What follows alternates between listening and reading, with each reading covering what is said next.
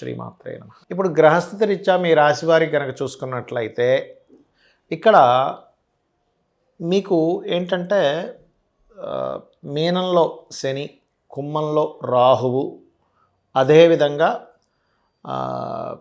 వృశ్చిక రాశిలో ఉండేటువంటి గ్రహాల్లో ముఖ్యంగా ఇప్పుడు రవి, కుజులేమో ధనస్సులోకి వచ్చేస్తున్నారు మనకి ఈ పక్ష ఫలితాల్లో 16వ తేదీ నుంచి. అలా ఆల్రెడీ కుజుడు 7వ తేదీకే వచ్చేసాడు, కాకపోతే 16వ తేదీ నుంచి రవి కూడా వచ్చి మారుతున్నాడు అక్కడ. మరియు శుక్ర బుధుడు కనుక చూసుకుంటే శుక్రుడు 20వ తేదీకి మారుతున్నాడు, అదేవిధంగా బుధుడు 29వ తేదీకి మారుతున్నాడు. ఇక కేతువు సింహరాశిలో ఉన్నాడు. అయితే మీ యొక్క రాశి వారికి ఈ యొక్క గ్రహస్థితి రీత్యా ఎటువంటి విషయాల్లో మీకు బాగా కలిసి వస్తుంది గుర్తుపెట్టుకోండి. ఏ ఏ విషయాల పట్ల మీరు జాగ్రత్త వహించాలి. ఇక్కడ ఒకటే జన్మజాతకంలో ఇలా ఉంది అంటే ఈ జాగ్రత్తలు వహిస్తే సరిపోతుంది అనేటువంటి అంశాలు. మరియు ఏ దేవత ఆరాధన చేస్తే మీకు బాగుంటుంది, చిన్న నామస్మరణ సరిపోతుంది అనేటువంటి విషయాలు చెప్తుంది నేనైనప్పటికీ కూడా చెప్పిస్తుంది సాక్షాత్ లలిత అమ్మవారిగా భావిస్తూ ఒక్కొక్కటిగా తెలుసుకుందాం.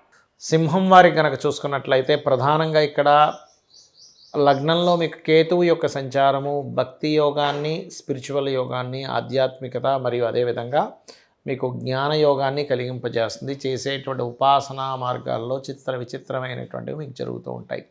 ఇక ధనపరమైనటువంటి విషయాల్లో రైతులకి, రియల్ ఎస్టేట్ రంగాల వారికి, ఏదైనా బ్యూటీ రిలేటెడ్ సంబంధించినటువంటి వస్తువులు అమ్ముకునేటువంటి వారికి చాలా బాగుంది.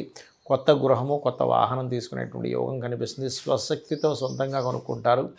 మీ తాతగారు ఆస్తికి సంబంధించినటువంటివి ఏవైనా గతంలో ఉండేటువంటి డిస్ప్యూట్స్ కూడా కొంతవరకు క్లియర్ అవుతాయి. కాకపోతే మీకు పంచమ స్థానంలో కుజుడు, రవి ఉంటూ అష్టమ స్థానంలో శని ఉండి లాభస్థానంలో గురువు ఉన్నందుకు షేర్ మార్కెట్ జోలికి మాత్రం అసలు వెళ్ళకండి. కొద్దిగా ఫ్రెండ్స్తోని ప్రేమించిన వారితో కొన్ని తెలియని చిన్న ఈగో క్లాషెస్లోకి వెళ్ళేటువంటి యోగము అధికంగా కనబడుతుంది. మీరు వివాహ సంబంధించినటువంటి విషయాల్లో కనుక చూసుకున్నట్లయితే కాస్త విదేశీ సంబంధాలు కుదురుతాయి.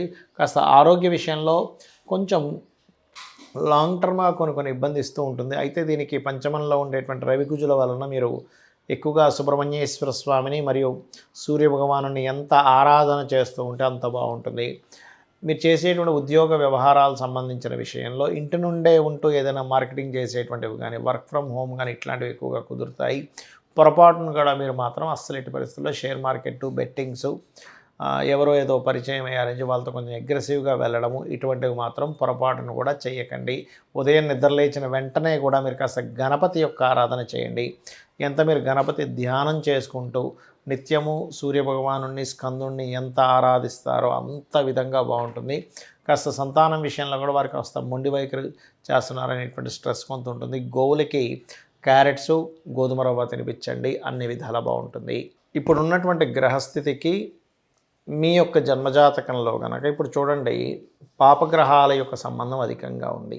అయితే మీ జన్మజాతకంలో ఏ భావం బలంగా ఉందో ఆ భావానికి ఎటువంటి ఇబ్బంది ఉండదు. అంటే ఎలా తెలుసుకోవాలి అంటే ఒక పర్సనల్ చార్ట్ చూసినప్పుడు లగ్నం కనుక మంచి శక్తివంతంగా బాగుంది అంటే ఎట్టి పరిస్థితుల్లో మీకు ఇబ్బంది రాదు అని అర్థం చేసుకోవాలి. అంటే ఏమిటి, లగ్న బలము అంటారు. దాన్ని ఎలా బలం చేసుకోవాలంటే మీ లగ్నాధిపతి ఎవరు, దానికి సంబంధించిన అధిష్టాన దేవత ఎవరైతే ఉంటారో అధిష్టాన దేవత సంబంధమైనటువంటి అనుష్ఠానం తీసుకోవడం మంచిది. దాని ద్వారా మనిషి ఎదుగుదల ఉంటుంది. ఇక ధనాధిపతి, మీ జన్మజాతకంలో ధనాధిపతిని బట్టి మీకు ఏ వైపుని మార్గం ఉంది అంటే ఏ వైపున వెళ్తే మీకు గృహ సంబంధించినటువంటి విషయంలో కానివ్వండి, అంటే ధన సంబంధించిన విషయంలో కానివ్వండి, అంటే గృహం అనేటువంటిది 4వ స్థానాన్ని చూస్తాము. అయితే ధనము ఏ రూపంలో ఉంది మీకు, ప్రతి ఒక్కరూ కూడా ధనవంతులే, కాకపోతే వాళ్ళకి ఏ రూట్లో ఉందో తెలియకపోవడం మూలంగా ఆ ధన సంబంధించినటువంటి విషయాలలో కాస్త ఇబ్బంది అనేటువంటిది ఎదుర్కొంటూ ఉంటారు, గుర్తుపెట్టుకోండి. అలాగే మరొక విషయం ఏంటంటే ఇక్కడ గమనించినట్లయితే ఇక్కడ ఈ యొక్క స్థానం ఏదైతే 4వ స్థానాధిపతి, 2వ స్థానాధిపతి 4వ సంబంధం కలిగినప్పుడు వాళ్ళకి ప్రాపర్టీస్ మూలంగా ధనం రావడం ఇట్లాంటివి కూడా జరుగుతుంటాయి. అయితే మీరు ఎప్పుడూ కూడా మీ జన్మజాతకంలో 3వ స్థానం కనుక బాగుంది అన్నప్పుడు మీరు చేసే ప్రయత్నాలు సాఫీగా అవుతాయి. అలా కాకుండా ఇప్పుడుండే గోచారం కనుక మీ 3వ స్థానాన్ని ఎక్కువ కనెక్ట్ అయితే మీ జన్మజాతకంలో 3వ స్థానంలో ఏ గ్రహం ఉందో ఆ గ్రహానికి సంబంధించిన పరిహార మార్గం చేసుకోవడం వల్ల మీరు చేసే ప్రయత్నాలు సక్సెస్ఫుల్గా అవుతాయి. చాలామంది ప్రాపర్టీస్ కొనుగోలు చేసేటప్పుడు కూడా అసలు వాళ్ళ పేరు రీత్యా ఎటువంటి డైరెక్షన్లో ఉంటే బాగుంటుంది అనేటువంటిది తెలుసుకోకుండా ఏదో రఫ్గా నా అందరికీ తూర్పు ఉత్తరం బాగుంటుంది అంటారు కదా అనేటువంటి దాంతో తీసుకుంటూ ఉంటారు. అలా కాకుండా పర్టికులర్గా ఏంటంటే ఇక్కడ గమనించినట్లయితే ఈ గ్రహాల యొక్క స్థితిగతుల్ని గమనిస్తూ మీ పర్టికులర్గా మీ యొక్క తూర్పు, దక్షిణము, పడమర, ఉత్తర వాటిల్లో ఉండేటువంటి స్థానాలను బట్టి ఇక్కడ ఏంటంటే జన్మజాతకంలో ఎటువంటి గ్రహస్థితి కలగనుంది అంటే ఎటువంటి గ్రహస్థితి కలిగి ఉంది, తద్వారా మీరు ఏ డైరెక్షన్లో తీసుకుంటే బాగుంటుంది అనేటువంటిది ఉంటుంది. పంచమ స్థానాన్ని బట్టి మీరు ఏ దేవతను ఉపాసన చేసుకోవాలి, మీ యొక్క సంతానం యొక్క లైఫ్ ఎలా ఉంటుంది అనేటువంటిది కొంతవరకు మీ జాతకంలో కూడా తెలుస్తుంది. వాళ్ళ పర్సనల్ చార్ట్స్లో కూడా తెలుస్తాయి క్లియర్గా అయితే. బట్ మీ పర్సనల్ చార్ట్లో ఎందుకు ఆలస్యం అవుతుంది, అసలు ఆలస్యం అవుతున్నందుకు ఎటువంటి పరిహార మార్గం చేసుకుంటే మీకు సంతానం సంబంధించిన విషయాల్లో బాగుంటుంది.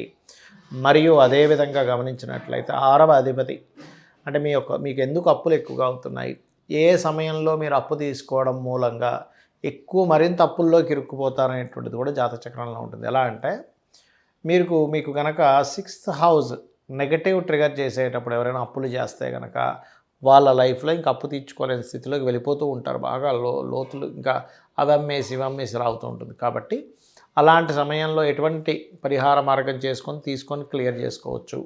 సహజంగా అప్పులు అనేటువంటివి ఏంటంటే ఎప్పుడు కూడా మంగళవారం చేయకూడదు, మంగళవారం తీరుస్తూ ఉండాలి.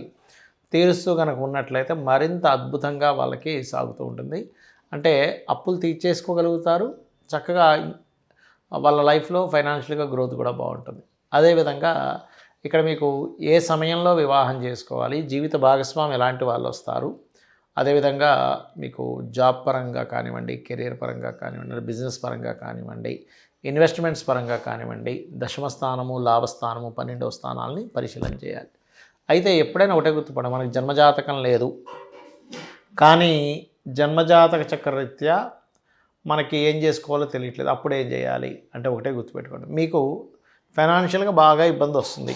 ఓం సంపత్కరీ సమారూఢ సింధుర వ్రజసేవితాయే నమః. అదేవిధంగా మరొక విషయం ఏంటంటే కొంతమందికి సంతాన సంబంధించిన విషయాలు ఇబ్బంది ఉంటుంది. అలాంటప్పుడు దిగంబర శ్రీ పాదవల్లభ దిగంబర అనే నామస్మరణ ఎక్కువగా చేసుకుంటూ ఉండాలి. అలా కాదండి నాకు పలానా వివాహ సంబంధించిన విషయంలో ఎక్కువగా ఇబ్బంది ఉంది అంటే వివాహం అవ్వకపోగా అయినా సరే కొంతమందికి ఇబ్బంది ఉంటుంది. అలాంటప్పుడు ఆ వివాహం అవ్వట్లేదు అనుకునేటువంటి వారు ఓం కామేశబద్ధ మాంగళ్య సూత్రశోభిత కందరాయై నమః. వివాహం అయి కూడా నేను ఇబ్బంది పడుతున్నాను అనుకునేటువంటి వారికి ఓం శివకామేశ్వరాంకస్త శివా స్వాధీన వల్లభాయై నమః అనే మంత్రం చేసుకుంటూ ఉండాలి. అదేవిధంగా మరొక విషయం ఏంటంటే ఇక్కడ గమనించినట్లయితే ఈ యొక్క జన్మజాతకంలో చూసుకున్నట్లయితే ప్రతిదీ కూడా ఎలా ఉంటుందంటే మనం తెలియకుండా అసలు బిజినెస్లో బాగుంటుందా లేకపోతే కెరియర్ జాబ్ చేసుకుంటే బాగుంటుందా అనే విషయంలో సంశయిస్తున్నప్పుడు జన్మజాతకం లేనప్పుడు మీ మనసు జాబుల వైపే నాకు బాగుంటుంది అన్నప్పుడు మీకు జాబులు అనేటువంటివి ఏదైతే జాబ్ చేస్తుంటే తొందరగా దొరుకుతుంటాయి. మీకు ఎంత ప్రయత్నం చేస్తున్నా జాబ్ అనేది రావట్లేదు, ఎప్పుడూ ఏదో ఒక బిజినెస్ మూలంగానే ధనం వస్తుందంటే మీ జన్మజాతకం లేనప్పుడు మీరు బిజినెస్ లైన్స్లోకి వెళ్ళొచ్చు. అలాగే ప్రశ్న వేసుకొని కూడా ప్రశ్నాశాస్త్రపరంగా ఏ బిజినెస్ మనకు వస్తుందో కూడా తెలుసుకోవచ్చు. అయితే మనకి ఇవేమీ తెలియవు అని అనుకునేటువంటి వారు జాబ్ పరంగా మంచి గ్రోత్ రావాలి అంటే కనుక మీరు ఓం మాణిక్య మకుటాకార జానుద్వయ విరాజితాయై నమః. అదేవిధంగా ఓం ఇంద్రగోప పరిక్షిప్త స్మరతూనాభజంగికాయ నమః అనే మంత్రం చేసుకుంటూ ఉండాలి. ఇవి కనుక చేసుకుంటూ ఉన్నట్లయితే ఖచ్చితంగా మీకు బాగుంటుంది, అందులో ఎటువంటి సందేహం లేదు. జ్యోతిష్ శాస్త్రాన్ని ఏదో మూఢనమ్మకంగా కాకుండా అదొక శాస్త్రము అంటే మనకి రూట్ చూపించేది అనేటువంటి భావంతో తెలుసుకుందాం. అమ్మవారి యొక్క అనుగ్రహాన్ని మనం పరిపూర్ణంగా పొందుదాం. శ్రీమాత్రే నమః.